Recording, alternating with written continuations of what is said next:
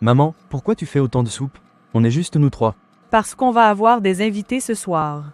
Des invités? Mais on n'a rien prévu. C'est la famille de Madame Diallo. Elle vient d'arriver en ville et a besoin d'un endroit où loger quelques jours. Encore? Maman, pourquoi on accueille toujours des gens qu'on ne connaît même pas? Parce que c'est ce que Dieu nous demande. L'hospitalité, c'est ouvrir son cœur aux autres, Noé. Moi, je trouve que ça fait juste plus de vaisselle. Ah, Noé, tu sais, il y a longtemps, un homme a accueilli 3 étrangers chez lui, et il ne savait pas qu'il recevait des anges. Oui, c'est l'histoire d'Abraham. Viens, je vais te la raconter. Tu sais, Noé, il y a un homme dans la Bible qui a pratiqué l'hospitalité sans même savoir qu'il accueillait des anges. Des anges? Qui ça? Raconte papy. Un jour, alors qu'il était assis sous sa tente, en pleine chaleur, il a vu 3 étrangers marcher vers lui. Plutôt que de les ignorer ou de se méfier, il a couru à leur rencontre. Il n'avait pas peur qu'ils soient dangereux? Non, au contraire, il leur a dit, « Venez vous reposer sous mon arbre. Prenez un peu d'eau et du pain pour reprendre des forces. » Et il n'a pas juste partagé un peu de pain rassis. Il a demandé à Sarah, sa femme, de préparer du pain tout frais et à son serviteur de cuisiner un bon veau tendre. Exactement, il a donné le meilleur de ce qu'il avait, sans rien attendre en retour. Et tu sais ce qui s'est passé après le repas? L'un des visiteurs a dit, « Abraham, dans 1 an, ta femme Sarah aura un fils. » Oh, c'est très marquant. Merci papy pour l'histoire, je la lirai dans la Bible. De rien, mon garçon. Allez, va te reposer. Noé, ta chambre a besoin d'un ménage. Il faudra la ranger avant de dormir.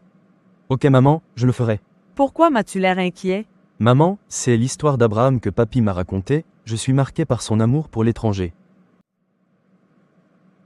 Tu sais mon fils, pour compléter l'histoire de papy, Abraham n'était pas le seul à être hospitalier, la Bible nous donne autant d'exemples. Je vais te parler de Lot, le neveu d'Abraham. Lot habitait à Sodome, une ville remplie de violence et d'injustice. Un soir, alors qu'il était assis à la porte de la ville, il a vu 2 étrangers arriver. Lot ne savait pas qui ils étaient.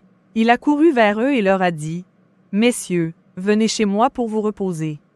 Passez la nuit sous mon toit et demain matin, vous pourrez repartir. » Et sont-ils allés? Au début, non. Ils ont dit qu'ils allaient dormir dehors. Mais Lot a tellement insisté qu'ils ont fini par accepter son hospitalité. Et en plus il insiste. Après, la nuit tombée, des hommes mauvais de la ville sont venus frapper à la porte de Lot.